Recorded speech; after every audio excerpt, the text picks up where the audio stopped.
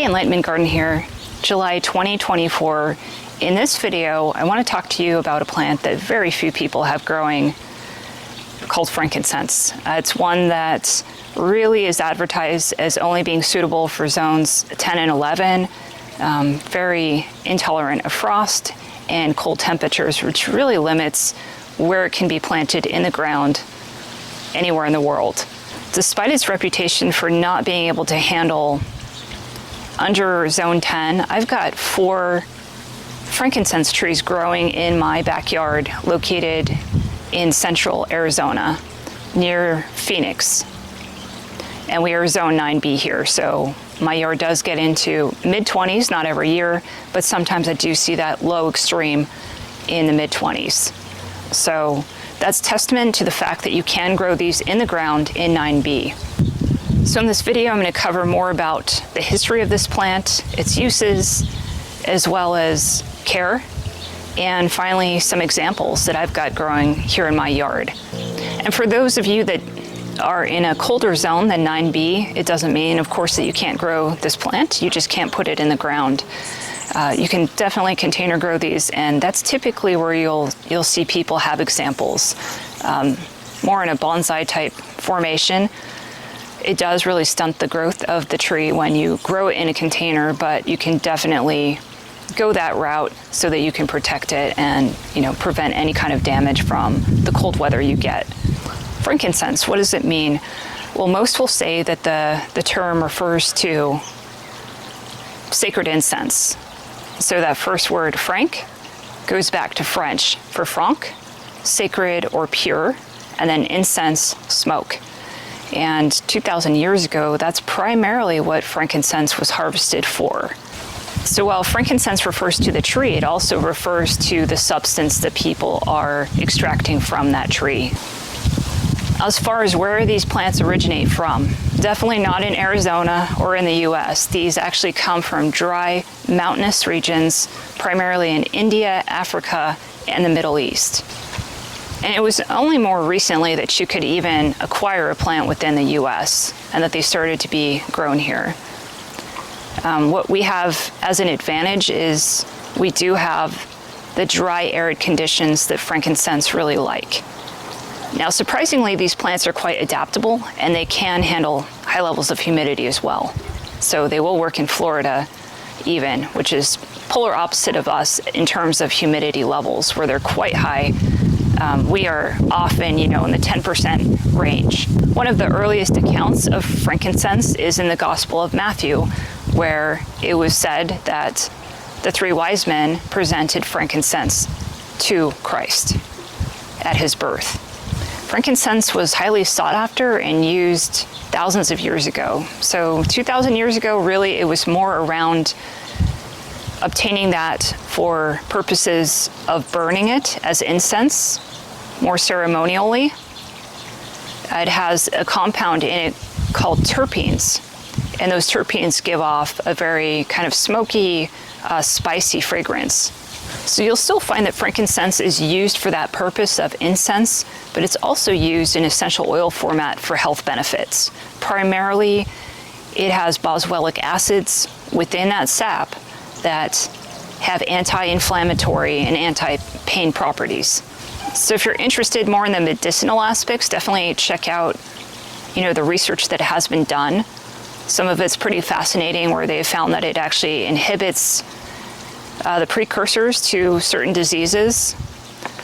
So promising in that sphere. So as we come down here and look at the base of this tree, this is a Boswellia sacra, also called sacred frankincense. This one's been in the ground in my yard for 4 years.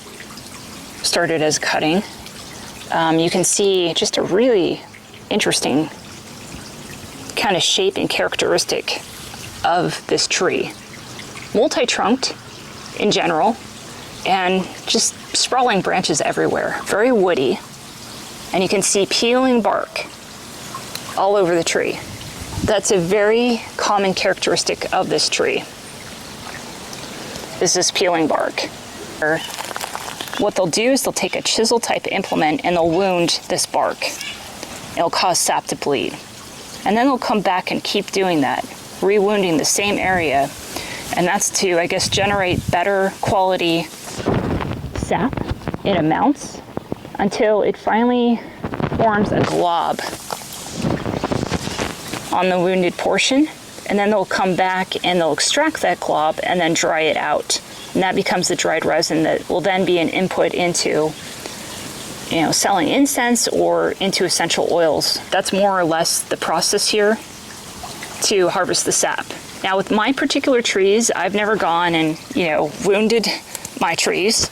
I do have to prune them. And so I think we can see an example here. Here's some of that sap that's exuded.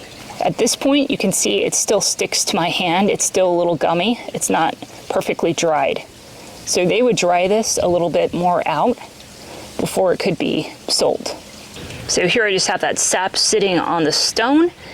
And from here, I could just let it dry out, and potentially use it to burn as incense if I wanted to, or if I want to internally take this as a supplement. I don't have the equipment, to do essential oil distillation because you actually need quite a bit of instrumentation to do that appropriately for high-grade frankincense. But what I can do that's really simple is just take this little glob, I don't even need to allow it to dry completely, and infuse that into water and then drink that water. Now, I may not get 100% of the benefits, but that is one way to pick up some of those anti-inflammatory benefits quite easily without any real degree of processing.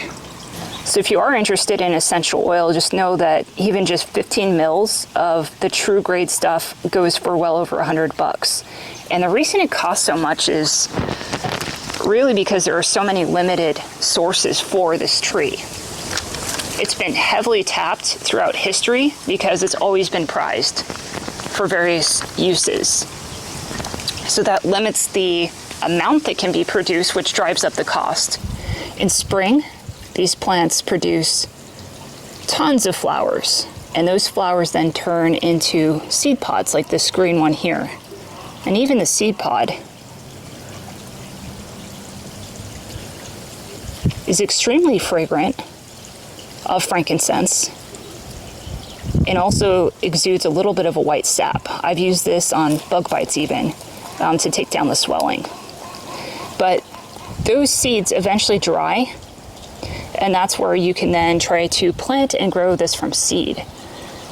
The other reason I believe prices are so high is because the propagation of this plant is so difficult. Germination rate is only 6 to 8% if you do everything right, which is very low, and the seeds cost something like $1 a piece. So again, that limits how many trees are out there. If something's difficult to propagate, again, that limits how many you have in the world. So I have 2 more of these in the yard, the Boswellia sacra. And just to note, these primarily come from southern Oman or eastern Yemen and are synonymous with a variety called carteri, which is from Ethiopia. Now moving over to the right here, I've got another species of Boswellia, one that's capable again of producing a resin that has high value therapeutically and also for incense. And that's because of the fragrance again. Not all Boswellia species produce a sap that has the fragrance and those special boswellic acids. There's only, I believe, 10 or so species that have that attribute. And I'm only growing 2 of them. So this one is referred to as Boswellia neglecta. This is called black frankincense generically, and that's just because the resin on this one dries into more of a dark black color versus the sacra that tends to be more of a yellow brown. So neglecta originates from Eastern Africa or Somalia. So I want to point out the size difference. It makes it easy since these 2 Boswellias are right next door to each other, but the one on the right, the neglecta, is fairly shrub-like, stays small and compact. Despite a decent amount of pruning each year, my sacra here is definitely 20 feet or more wide and tops out at about 12 feet. So pretty massive tree. Didn't know that these would get that large when I first put one in the ground 12 years ago, which is even larger than this one, because really no one was growing this in the ground here. It's a very rare plant, as I mentioned, so didn't have any kind of reference to go off of for sizing, but would suggest that if you're going to put this in the ground, it would be good to put it near a wall. You want that wind protection. You also want the radiant heat for this plant. This plant loves heat, and so in winter you want as much of that as possible for the plant. So having rock around it, like I do here, and a cinder block wall, while that doesn't work for some of the subtropicals I'm growing, it works great for frankincense. But you definitely want to give it some space to sprawl out. You can see it does like to really form a wide canopy. And it can get quite tall as well. Another note about cold, I have not protected this plant, frost protected it or cold protected it because it's in a great microclimate, but would definitely suggest that if you're putting this in the ground to keep an eye on it and make sure that if the area you've got it planted in is going to go below 40, that you get some cold protection up around it and even a heat source to increase those temperatures if they have any chance of falling below 35. Once you get your tree to a size like this, it's not going to be practical to cold protect it. And I haven't found that I needed to. Once these are really rooted into the ground and established and have that big canopy, what will happen is on those cold nights is the upper canopy will suffer damage, but will insulate and protect the rest of the tree, and it will get through. That's been my experience, but again, if you put it in a warmer microclimate, those few degrees will help out. Definitely protect young plants though. Anything that's a year or two in the ground, you are going to need to definitely cold protect and frost protect it those first couple years so you can get it big like this. So I mentioned I had two other Boswellia sacras in the yard. We're looking at my oldest one here on the left of this path. This was planted 12 years ago from a very small little sapling that was in like a 6-inch container. I remember buying that sapling from Miniatree, no longer offer trees, but I do believe you can still get some seeds from there. So I'm gonna link their Facebook page in case you wanna reach out to them for seeds. But you can see how massive this tree is. Again, covered in those seed pods, really hasn't put out leaves. What I've noticed with this tree in particular, the established one, is that it takes our monsoons to cause the plant to drop all these seed pods and then start putting on leaves. Looks kind of bare at this time of the year because it is our dry, hot time. And favors really putting on that foliage once our weather changes and the humidity comes in and the moisture. But that's what a mature tree can look like. With this one, I had to do a lot of heavy pruning to really make it more vertical because, as you can see, it's right up against the wall, and I needed to do that to keep it from going over the wall. As I do have to maintain my trees here in an HOA. But had I let it just go wild, this thing would have been massive on its width.